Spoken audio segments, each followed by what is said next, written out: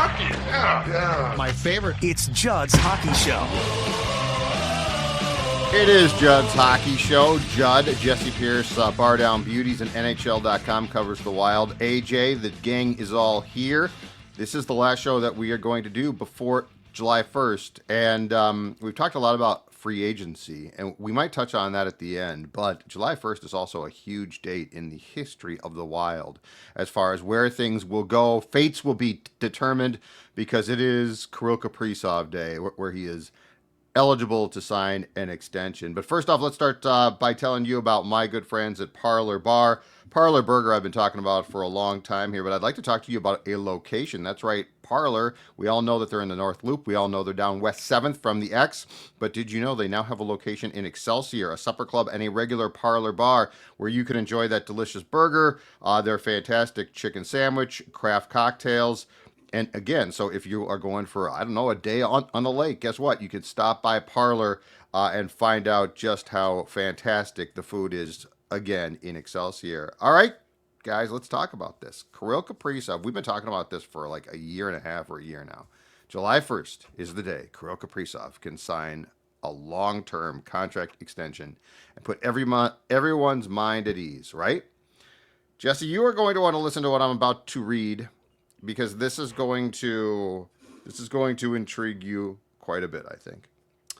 So the salary cap is going up finally, and Elliot Friedman of Sportsnet on his outstanding 32 Thoughts podcast recently had this to say: there are people in the NHL who believe this will end up Kaprizov's contract being the league's highest paid player.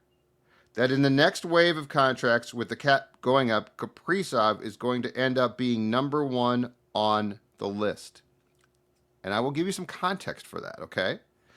Also from Sportsnet, Emily Sadler writes, if you take the Leon Draisaitl current 14.66% of the cap that he eats up, Kaprizov would get a deal with the new cap that would be worth about $15.25 million annually. If you match the McDavid contract done back in 2018-19, and he's up again, but that was the highest percentage of the cap of all time, 15.7%. Kaprizov's earning potential then, starting in 2026-27 when the contract would start, and the AAV is at $16.35 million annually. Jessi, your face just told the story completely. But your thoughts on the reality now that it's going to be here of this contract and the potential that because the Wild has a cap space and the cap is going up, that he might actually end up being the highest paid player in the NHL. I have my own 32 thoughts. First of all, how many Stanley Cups do Leon Draisaitl and Connor McDavid have? Okay, so we're going to start there. 0. They have 0. So, yes, superstars deserve to get paid. I'm not suggesting that Kirill Kaprizov doesn't deserve to be in that bracket, in that conversation. It doesn't win you a Stanley Cup putting all of your eggs into that basket. Also, as my husband consistently tells me, just because we have money doesn't mean we need to go and spend it all, right? Like, we don't need to do it all in a rush. I think it's hard for me to disagree with that because personally, I have things that I see all the time. I take one trip to Target, I'm spending the whole wallet, but I think you have to be cognizant of that. Yes, Kirill's agent's going to want to get paid. He's going to want to get his client paid. And again, Kirill's not going to say, no, I'm going to take a discount at any stretch. But I think Bill Guerin needs to not go in wanting him to be the highest paid player. I've always said Kirill Kaprizov, the thing I love about him most, it really doesn't feel like this sport, this game is all business for him, right? I mean, he's in the business of winning. He's in the business of competing, being a hardworking player. That's what I love about him. So I can't see him being like, I want to steal this entire bag, especially if it's going to hamper the Minnesota Wild down the road from making further signings, from finding more of these Kirill Kaprizov gems, if you will. So again, all on board for paying Kirill money that he deserves. I just don't need to make him the highest paid player in the NHL because that does nothing for me. That doesn't bring you a Stanley Cup. I'll push back and say it's not like they currently, if you're looking at it from the Draisaitl McDavid camp of things, like they only have one of these guys. They're not going to be throwing 14 plus mil at multiple guys here. There's one guy and you need to keep him. You need to make him happy. And if that means that for even 1 day, 1 hour, he signs at 14.001 million AAV. So he is the highest paid player in the NHL. And then Connor McDavid wants to sign in an extension that makes him the next highest that, his agent can get that tackle or plaque on his mantle or whatever. That's just fine. You have to pay him. You know how good this guy is. You know how important he is to the team. When you're looking at top point per game players in the NHL and you filter it by top to bottom, Nikita Kucherov is the only other one in the top 10 making under 10 million right now. And that's because the last time he signed his deal, the cap was nowhere near what it is now. Otherwise, McDavid, 12.5, Draisaitl, 14, McKinnon, 12.6, Mikko Rantanen, 12, Pasternak, 11.225. So it's like, I think you have to pay these guys. And it sounds like a lot of money because it is a lot of money. But also, if you sign him at 14.75, closer to 15, maybe even a smidge over that, the projection of these caps that they're talking about is it's going to go up increasingly more year by year. So that I think even 3 years removed from where we are right now when he signs, you're going to say, you know what? That's not that bad of a deal, because then you're going to have some other guy, like a Connor Bedard type, who's going to sign for 17 million in 4 years when his deal's up, and then it's going to be like, wow, that's a lot. Well, guess who's making less? Kirill Kaprizov. So I feel like right now, yes, sticker shock is very much there, but the deal is not going to be for like 2 years and breaking the bank. You're hopefully signing him for that as long as possible option. In multiple years into it, you're going to think, you know what, that's not that bad of a deal. He was needed. Let me throw this out, okay? Because I believe it was Chris Johnston of The Athletic did a piece on this, and it's something that has been circulating. And let me throw this out as another option. And I don't think Wild fans are going to like this at first, but if you think about it, it might make some sense. Mitch Marner and McDavid, who by the way is in the same exact boat as Kaprizov. He's eligible for an extension on July 1st. Now, his comments after the Cup final, he sort of dragged his feet a bit, and the people in Edmonton are very, very nervous now.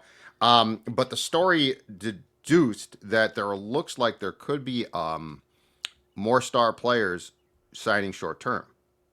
So, for instance, of the last 3 big contracts done for guys in Kaprizov's boat, Austin Matthews in August of 23 signed a 4-year extension, $53 million, which is an AAV of 13.25, Jessi.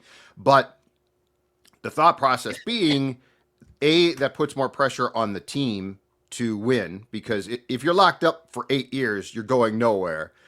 If you're locked up for 3 or 4 or let's say 4 years, the player actually has a little bit of control then, because if you don't win, the player still has some good shelf life left to shop himself again. But Jess, here's the interesting thing from the Wild end about Kaprizov. He is not young. He's 28 now. So is there an argument to be made that it would actually, and I know people are going to hate this, but that it would work better for both sides maybe to do like a 4-year contract or a 5-year contract? Because quite frankly, I mean, Kirill, if you haven't won a cup with Kirill and he is 35, 36, you ain't winning a cup with him. Would it make sense for both sides to look to do a shorter deal? The AAV still being very good, but the term not being as long. Brian Marchand's 37, though. You're saying that a 37-year-old can't get you and then go on a 4-day bender like he's done. I mean, it's just incredible. What the Panthers are doing to their bodies is one of the most, yeah. And then OKC following it up on the basketball side, can't even open a champagne bottle, just very politely drinking beer. Just, it's funny to me. Hilarious. Chet Holmgren called it Michelob. He didn't even know it was pronounced Michelob, and he's one of us. Oh boy. Going back to Kirill, I'm glad you brought up the term, because that is a bigger concern of mine versus the money. I've always been on the side of sign him to the fullest extent, but I like your point, Judd. I've been thinking about that more and more. Plus, again, he is coming off of this injury. He looked great in the postseason, but I do want to see what that looks like for a full year. I want to see him go through the motions. And yeah, I would be really comfortable with 5 years. That used to be kind of the Wild's way. Remember, like, it used to be a 5-year deal for $6.5 million. And certainly that's to players that are not of Kirill Kaprizov's caliber. But I like the idea of 5, and it allows Kirill. I want to see Kirill succeed too, right? And if he can't do it here, I want to wish all the good things for him because he's a good kid. So yeah, I kind of like 5 years versus the 7-8 year max that I'm sure most Wild fans are going to want.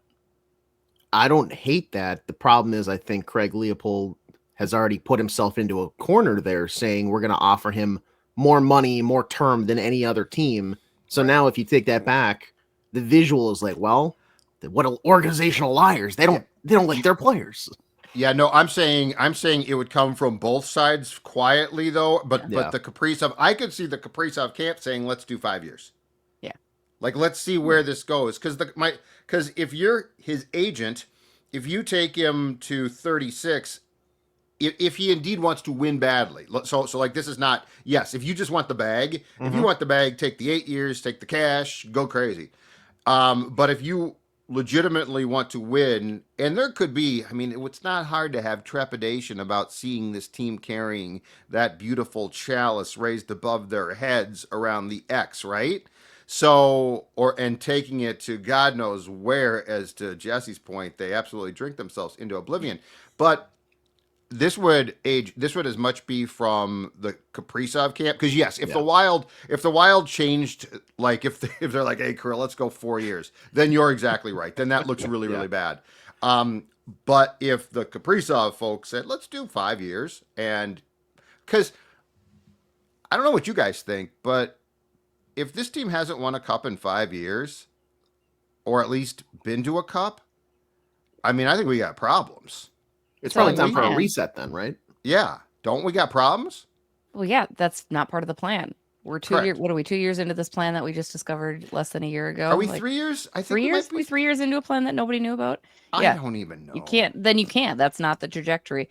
No, I mean, it would be very interesting if they don't get close to a conference final, in the next 3 years, because Bill Guerin's head will roll, right? Like without question, then you're seeing changes. If not before that, because that's not part of the plan. We got to go part of the plan. And if you have Kirill, because then I imagine I could see Kirill losing his mind, especially if he does lock himself up for 8 years and they're still struggling to actually be a notable real team. Like, could you imagine the animosity? I don't think I want to be in that room. I don't know what I'd want. It'd be crazy.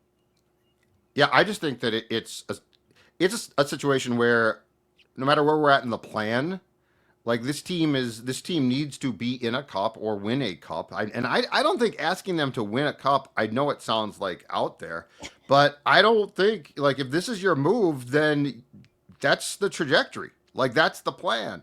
So like if Kirill Kaprizov is 36 and he's got a walker and he can, with tennis balls on the bottom, I don't see this being like, well, maybe this year. And keep in mind too, Jessi, because it's a good point. Brad Marchand won a cup, but he had to be traded this time to do it. Yeah. Like Kirill Kaprizov would be a real nice chip at probably 35 on a team where he slots into a second line or something like that. But like to me, this contract age has a shelf life. Like it's not an 8 years. You're just gonna be here, and it's gonna feel good, and we're gonna make Kirill Kaprizov pennants and sell a bunch of jerseys. Like this contract to me is you are going to win a Stanley Cup contract, which I don't know, which I would argue should not take 8 years. Yeah, and it shouldn't, because first off, the plan. How can we forget about the plan? But also, I mean, you're exactly right. It almost feels like, if you're going to offer him that long of a deal, like 8 years, and now he's in the 35-year-old season, you got a year left after this, you're almost kind of like not saying it is, but you're almost designating this is your honeymoon retirement portion of the contract, where allegedly we've already won a cup. It doesn't really matter how much you're making and what we're doing, because maybe we're still going to be a little competitive and have some razzmatazz, but also you got your cup, you've got your ring. We'll just burn this thing down, and maybe we'll deal you when you're 36, and we'll get a second rounder back, and you can go play out in New York when they're making a run and their rebuild finally is sort of coming back around. Like I think you're both right. You don't need 8 years to make this deal something that should win you a Stanley Cup, but also I mean, I think a player is going to see like, okay, I have a guaranteed extra 3 years that I'm making so-and-so money. Why would I not just sign on to that? Right. And there's going to be protection. There's no moves. There's no Oh, there's trade. no moves up the Whatever he wazoo. wants. No question about it. But this also comes back to what Jessi said near the top of the show, which is if he just wants the bag, then it's 8 years, no questions asked. If he wants to sort of wait and see and put pressure on the franchise, then you would say, let's do. Basically, I'll gamble on myself. Now, the fact that he suffered what was clearly a pretty significant core injury last season that cost him 41 games could have him saying, okay, screw it, I'll just take the eight years. But I do think I think it's worthy of a discussion. And I have another question off this for you guys about what might transpire on Tuesday. But before that, let's talk about our friends at Neos Elite Performance. Speaking of old guys with walkers, let's say you were a weekend warrior and you love to golf or you love to play basketball, and now guess what? Chronic pain is holding you back. I'm going to tell you right now that you are going to feel like new if you consult with my friends at Neos Elite. Cutting-edge regenerative medicine, cellular IV therapy. This is cutting-edge stuff, folks, that's designed to get you going again. And here's the best part. No invasive procedures. That's right. No trips to the doctors, no trips to the hospital. Nope, they are going to come to you. The team at Neos is going to get you back and feeling great with trips to you to get you back on track. Just reference our flagship show, Purple Daily. Get $500 off a cellular IV therapy treatment. No surgery, no downtime, just results. Again, check them out, neoselite.com, Neos elite.com. All right, so Tuesday's been a huge day, the approaching Tuesday, for two reasons. One, the Kaprizov thing. He can finally sign that damn extension. And two, because the Wild is going to have, get this, nearly $16 million in cap space to work with. So here's my question, Jessi. Do you think that Wild fandom will have more excitement about what might happen on Tuesday because of the ability to sign guys? Or do you think there will be more trepidation? Because I have a list of at least 3 names here that indicate there's a good chance Kaprizov will not sign in the month of July. So it'll take more time than fans want. Are you going with pure excitement, or are you going with a Minnesota mix or an overwhelming feeling of apprehension? Overwhelming apprehension, not to mention, as we've talked, the free agency pool has diluted. There's not many players available that I'm going to, really, it's going to move the needle for me. I still think I was thinking of Brock Besser as also a comment in here, because that's a free agent that, as we've seen, gets hotter and hotter, closer and closer to the Wild, and I'm fine with it. What I meant to say, though, was Kirill Kaprizov. I think he gets it done right away. I really do. But then again, I'm super naive, and I believe what players and coaches tell me. And in the goodness, we want to get this done. We're just going to get it done. It's already taken care of. It's already set. That's going to dictate, I think, a lot of the feelings. I do hope that all of our fellow listeners that listen to this and all of the other hockey media in town Bardown Beauties understand Bardown Beauties, mostly Bardown Beauties, definitely Bardown Beauties. It's a good one. I hope that they recognize the free agency market isn't what we were hoping it to be. It's not as exciting and hot. So I think remove the excitement of that. Get excited for Kirill. However, if Kirill isn't signed July 1 or even in that first week, West 7th is going to burn. I don't know what people are going to do, right? No, don't touch Parlor. Ladies and gentlemen, do not touch Parlor. The Parlor burger is too good. Leave it. Everything else, though, is up for grabs. Tom Reed's I like too. Yeah, exactly. Kirill, I think, again, that was the priority for Bill Guerin heading in. That's been, I think, everyone's kind of focus. Now, technically, sure, he could sign July 4, and I think I would still be okay. We get American fireworks, right? We would love that. But anything beyond that first week that impedes into my also holiday vacation is unacceptable. Let's be honest. And I can't go, because if you're going to push it out a month, it could go into the year. It could go into camp, right? Like, we've gotten very close. You're right, Judd. Oh, if it goes into camp, if it's opening night and he is not signed, now that will be full-fledged panic. Yes. If they drop the puck on the opener and he's not signed, you are going to have a lot of panic. Yes. Well, what's both of your panicking dates? Like, if we get to July It's a good 17th question. and he's not signed, Yep. are you sort of like, what is going on? Because I can understand a week. Like, if you get to July 9, yeah, I get it. You're probably still working things out. Other guys may have not signed. But if you get into deep August, I'm thinking, what the hell is going on? I'll give you 3. So, and all of these contracts again were extensions that kicked in as Kaprizov's will the following season. Okay, so all of these guys, superstar players going into the last year of their contracts, so they certainly were not at the time free agents. Austin Matthews took until August of 2023, so that's a month. It's not bad. Nathan McKinnon took until September, training camp time of 2022 to sign his. And last year, Draisaitl, September 3rd, signed his. And in the case of McKinnon and Draisaitl, they both got the max 8-year term from their teams. Austin, as we talked about, got 4. But those are like the 3 previous big contracts to get done. I think in all 3 cases, the Toronto people panicked because they love to. But I think in all 3 cases, we certainly expected those players to stay. They did, but it certainly wasn't like July 2nd. Wasn't William Nylander a while ago? Did he eat into it? Like, wasn't he? He didn't play. He didn't play, right? In fact he signed when the Leafs were here. Yeah, like was that like? It was way into the season. It was way into the season. Yeah, it might have been December. But in the last 3, guys have taken. My point is, I'm not sure that this gets done in July. And selfishly, for our sake, that's just great talking points to burn in the off season. So it's sort of a win-win no matter what. But I would very much love for it to get done July 1st, 2nd, 3rd, 4th, and just be able to put this whole thing behind us. Because I feel like it'll get to a point where it'll be unbearable. The narratives, especially like not just within the state, but like nationally, you'll start hearing the occasional, maybe not like top tier reporter, but somebody that's like, oh, I'm hearing Bardown Beauties. He's fed up.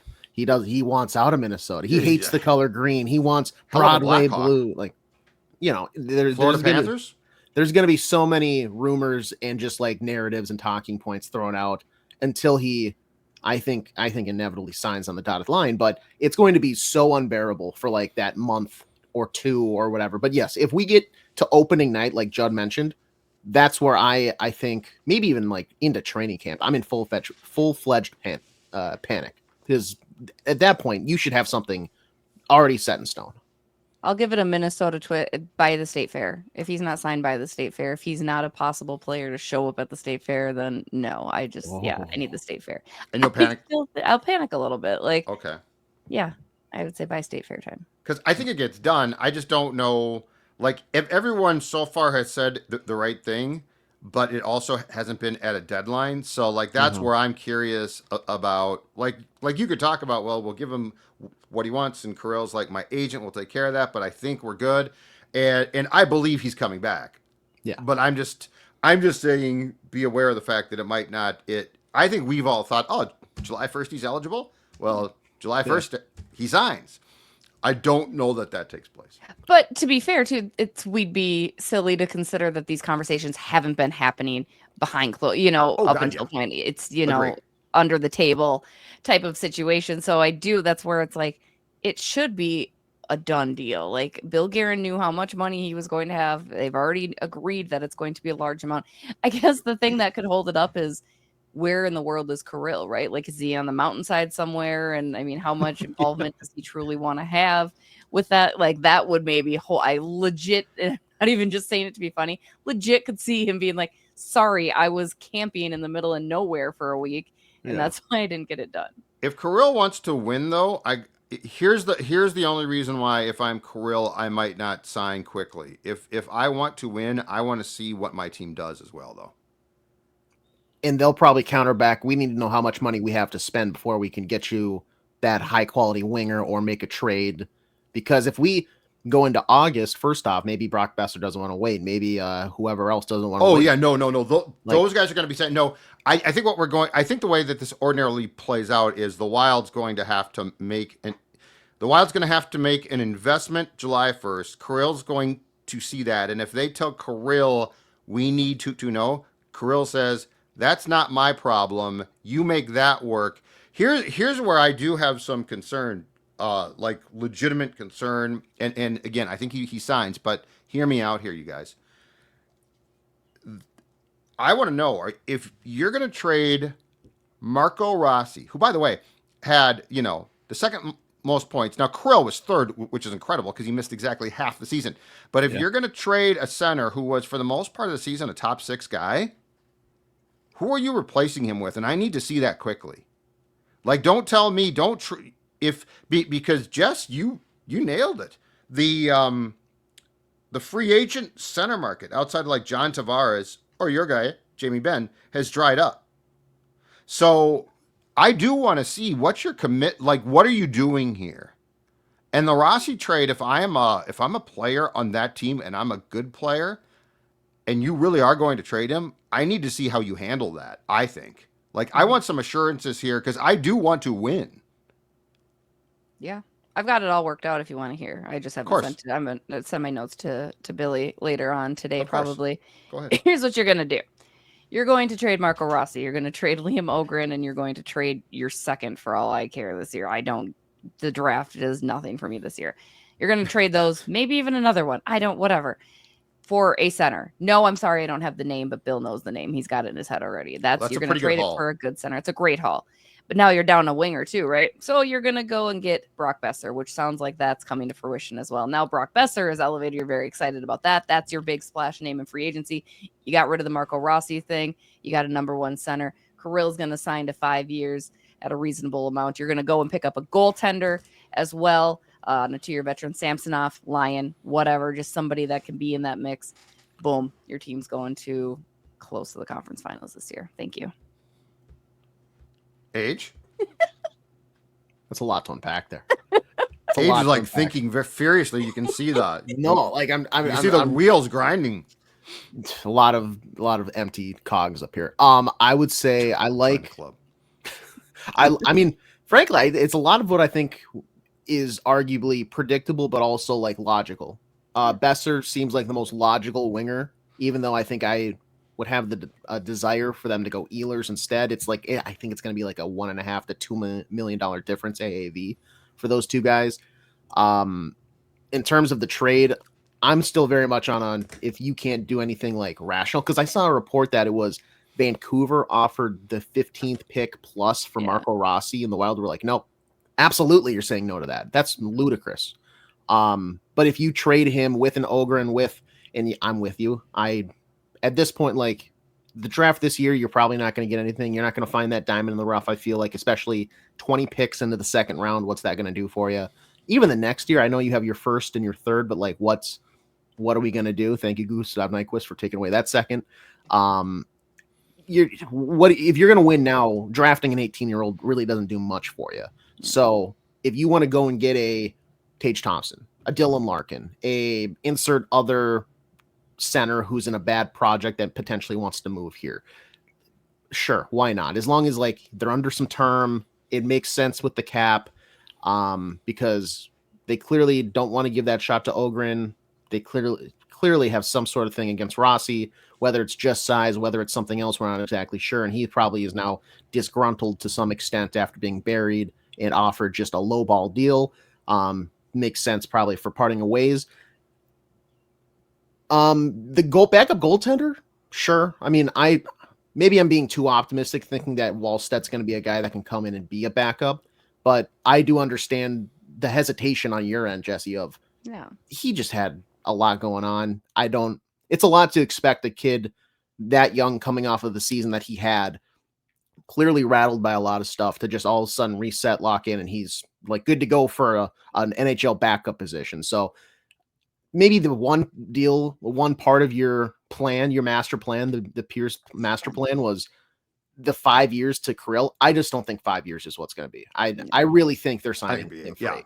Yeah. But the rest of it, sure, why not? Send it over to Billy. He'll work out a few kinks, and we'll be all set. Yeah, I'll put it in pencil. I like your idea, though. I the more I think about this, I think you have to make a trade for a center that makes us go, oh wow. Yeah. Like, oh my God, you got him. Like, I think if you get a player who's just sort of a guy, as a top 6 guy, at center, heck, if I'm Kaprizov, I'm like, what are we doing here? So, yeah, I think your key thing there is you need to get, and it's going to cost you, but it's fine if you get the right guy. If you get a Tage Thompson, a Larkin, you go down that upper echelon list, and we go, holy shnikes, that's it's Yeah. unbelievable. I'm with you completely there. Last thing, did the Wild make a mistake by not being in on considering what the price was on Trevor Zegras of the Ducks? The price was the Ducks got back from the Flyers, St. Cloud State's own AJ. Yep. Ryan Poling, a center who's going to be a free agent next summer, and he is very much a depth guy. He's not great. 2025 second round pick, which is the 45th pick in this weekend's draft, and the 2026 fourth round pick. Jesse, did you have any interest in a guy who has a pretty big name, but not a resume that's all that impressive?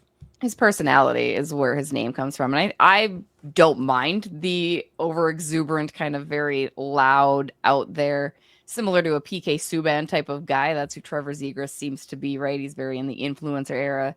He's got some skill. However, he's been marred by injury the past few seasons too. Like I think 22-23 was the last year that he was like, holy cow. And yeah, it's fun to watch him do the Michigan. It's fun to watch him celebrate in that.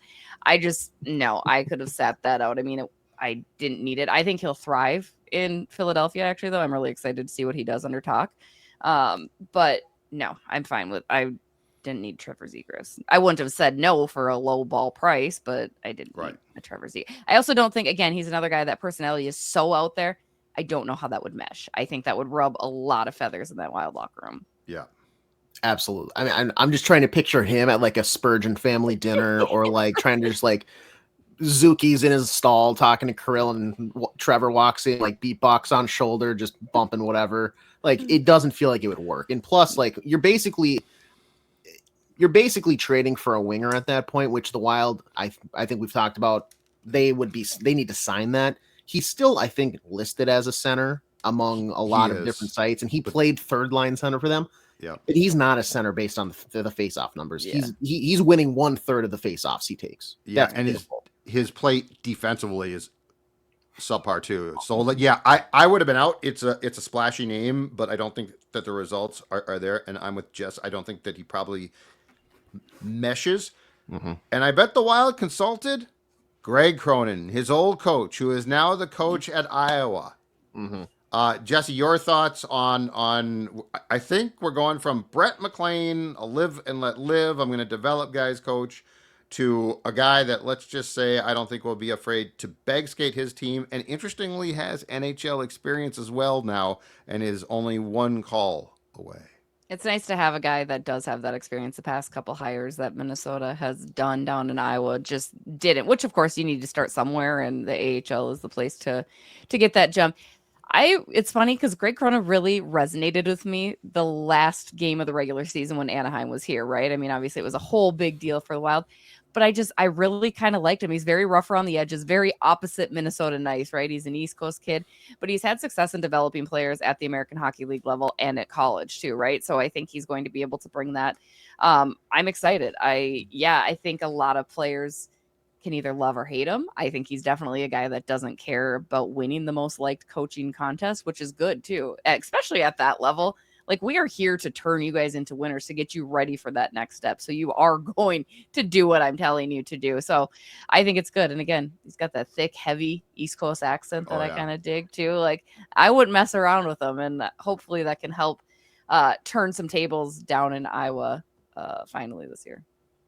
Yeah, I mean, yeah, I don't mind it. I guess if you read like solely some articles about like his parting of ways with Anaheim, you might get the impression like, oh, he divides the locker room, or he doesn't really relate to players well. But frankly, I think the players that relate to him and like can work under him are the players I want in the Wild's organization. I want a guy who can take feedback, use it, whether it's, coddled or just very blunt and right in your face, and then use that to improve their game. So I think that's probably what the Wild's AHL affiliate has been missing down in Iowa the past handful of seasons. And as long as he can start developing guys, I do think it's maybe a little odd because how often do you see somebody that has been in the NHL kind of rescind back down and take a step down to that It level? happens.